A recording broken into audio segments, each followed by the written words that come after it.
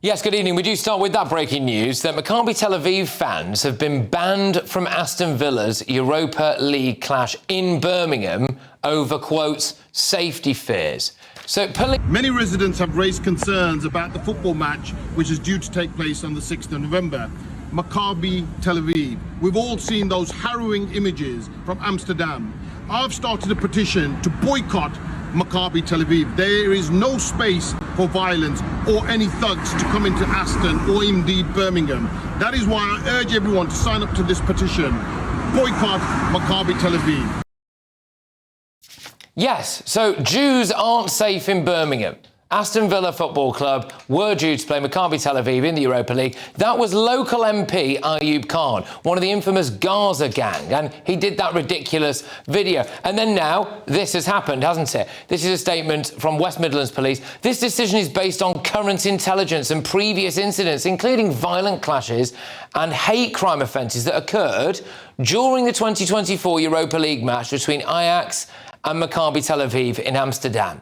Based on our professional judgment, we believe this measure will help mitigate risks to public safety. While the safety certificate is issued by Birmingham City Council, West Midlands Police supports the decision to prohibit any away supporters from attending. Well, I'm just going to pick up a little bit more on that statement in a second, but who is celebrating this decision? Well, it's Gaza Gang MP Ayoub Khan again, isn't it? I welcome the news that Maccabi Tel Aviv fans will not be permitted to watch the match. This is disgusting, OK? It's not really about safety. We all know what this is about. We all know. Do you remember when Robert Jenrick was slammed for saying this? In the hour and a half that I was filming with news there, I didn't see another white face. And that's not the kind of country I want to live in. I want to live in a country where people are properly integrated. It's not about the colour of your skin or your faith. Of course it isn't. But I want people to be living alongside each other, not parallel lives. That's not the right way we want to live as a country. He was attacked for pointing out that parts of Birmingham hadn't integrated, and now Jewish fans are not allowed there because they won't be safe. And it is not the first time that they've faced issues. You heard the Metropolitan Police there, and you heard Ayoub Khan making reference to something that went on in Amsterdam. However, the clips of what actually happened that night tell a very, very different story. In Amsterdam, some foreign-looking men went on a Jew hunt. Charmota, pensona.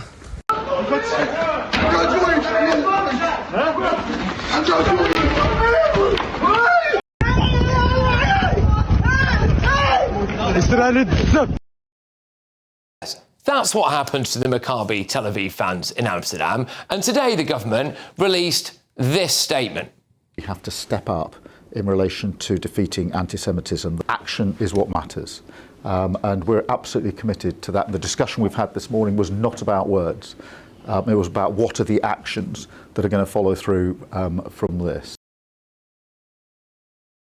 Right, there you go. Oh, he's going to step up to the plate. He's going to step up to the plate, protect the Jewish community. No room for anti-Semitism. Well, there we go. Now, Jewish fans can't come to a football match in Birmingham because they won't be safe. Well done, Sir Keir Starmer and co. Well done, all those bleeding heart liberals. I tell you what, I can't wait for Gary Neville's statement about angry middle-aged white men in Birmingham putting Tel Aviv fans at risk. And speaking tonight, by the way, in fact, this was literally just a minute ago, Sir Keir Starmer, the Prime Minister, said, this is the wrong decision to ban the game. We will not tolerate anti-Semitism on our streets. The role of the police is to ensure all football fans can enjoy the game without fear of violence or intimidation.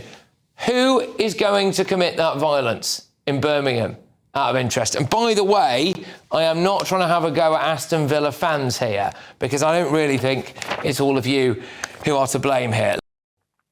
Have you had a random call lately from a strange number, maybe trying to sell you something or even scam you? If so, your info could be out there. That's because of data brokers, shady companies that scrape the internet for your personal details and sell them to marketers or even scammers. These days, scammers can even use AI to mimic your friends' voices and trick you into sending money. It's not just annoying. Data brokers often target vulnerable people with high-interest loans or sketchy offers. But there is a solution. Incogni, the sponsor of this video. Incogni contacts data brokers on your behalf and requests your info be deleted from their databases. And because your data can keep popping up, Incogni keeps sending removal requests to make sure it stays gone. They've just launched a new unlimited plan with custom removals. If you find your info on a weird website, just send them the link and their privacy team will work to get it taken down. Getting started is easy. Hit the link in the description, create your account and let Incogni handle the rest. It's risk-free for 30 days and you'll get 60% off an annual plan with the code GBNews. Take back control of your data with Incogni. Let's get the thoughts of my panel. We have got journalist and broadcaster Linda Jubilee, senior reporter at Guido Fawkes, Ellie Wheatley and former Labour advisor Matthew Larser. Right, so Linda, I mean, they can talk all they want, can't they? People like Ayoub can't, saying, good, because the Maccabi Tel Aviv fans, they can't be trusted. I mean, we saw what actually happened in Amsterdam, where they were basically lynched by a load of people who I'm convinced weren't actually Ajax fans, but had travelled into the area, some of them there, because they didn't like Jews. And now right here in Birmingham, it's saying, basically there's a big sign there, isn't there, that says that Jews aren't safe.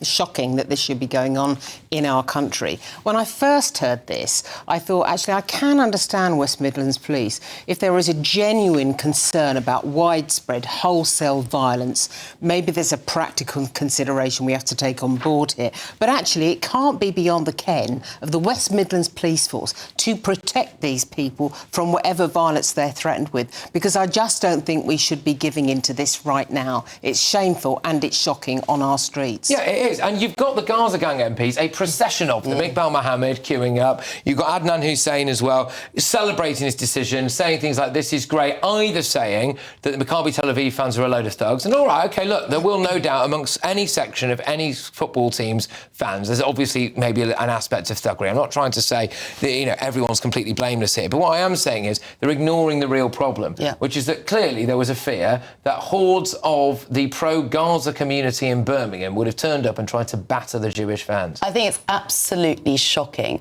that when Jews had threats against them, the police decided, we're going to ban them. I mean, what does that say? That does not help any problems of anti-Semitism. That just perpetuates it. And it's shocking that the offenders are the ones that are not removed. It's the victims that are removed from this. And the Gaza Gang MPs and Ayoub Khan, etc., celebrating it is shameful. It's awful that football fans cannot go and celebrate football games. And it's going to amplify the real fear that the Jewish community already feels now about being in this country. This, Keir Starmer released a few statements today.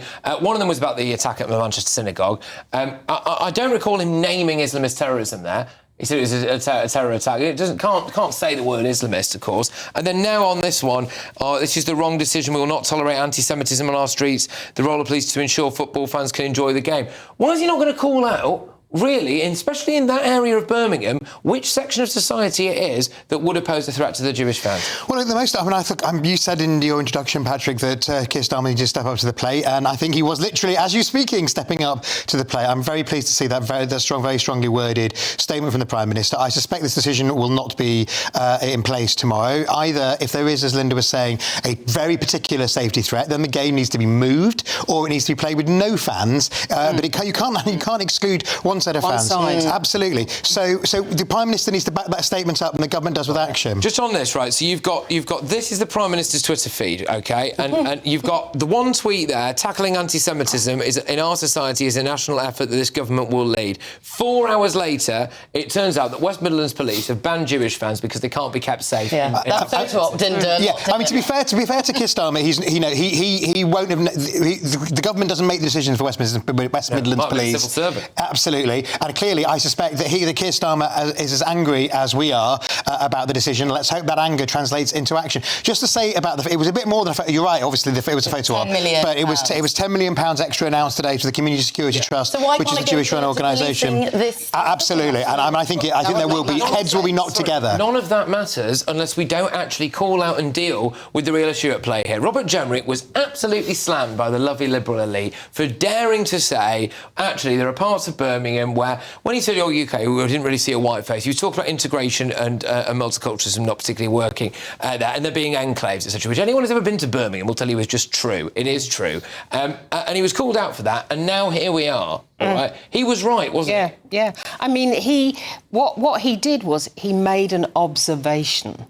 That's all he did. I can remember as a kid, I used to visit my grandmother in Ealing, and I drove from Uxbridge. My parents drove from Uxbridge to Ealing. We passed through Southall. And I can remember saying there was not a single white face in the whole of Southall. It looked like I'd been driving through Calcutta. And you know, I'd be castigated for saying that now. But it is just an observation. It just means that those people live there. Now, the trick is to actually give them the kind of support, like learning English, ESOL lessons, where they need to integrate. We need to make sure integration happens. Immigration needs to be restricted. I don't think you can train out generations of inbuilt anti-Semitism, though. Oh, no, that's a much harder thing to do. There are parts of the world where anti-Semitism is actively encouraged. And I would argue one of those parts of the world is Pakistan, and Pakistan has a huge population in Birmingham around that. Yeah, that's very true. Around that stadium. Yeah, that's a fair point, and education around these sorts of issues and making sure that people do integrate, which is exactly what Generic was talking about, is crucial. And this is a real sort of acid test for Starmer at the moment, because he can tweet all he likes, he can say this is the wrong decision, but what's he actually going to do about it? Where is the robust plan to root out anti-Semitism in this country, not just in Birmingham, but also obviously Manchester and London? Yeah. What message does this send to wider society in Britain, but also about Britain to the world, Matthew? So, you know, what this has said to me anyway is that if you get a load of people to sign a petition and you lobby the police force enough, you will be able to block Jews, basically, or Israeli-born football fans from coming to Britain. Yeah, and of course, a lot of those fans will be British Jews, and so, you know, it is absolutely disgraceful. But I think it sends a terrible message, and I think that we need to also, just on Ayoub Khan, the MP, I think we need to make sure that he is a parliamentary leper. There was a by-election there was an election in the 1964 election in Smethwick down the road where a phrase I'm not going to use, that if you vote Labour, you're going to get somebody for a neighbour. And the guy who won that was literally just treated like nobody would speak to him in Parliament. All parties ignored him, including his own. He was a Tory. We need that with Ayoub Khan. And people like Jeremy Corbyn need to be distancing themselves from Ayoub Khan and Zahra Sultana. Exactly right. I mean, so, you know, I mean, Keir Starmer appears to be trying to put some pressure on the police to change their decision with his statement. I'll just read it again. I think I've read it before. I'll read it again. This is the wrong decision. We will not tolerate anti-Semitism on our streets.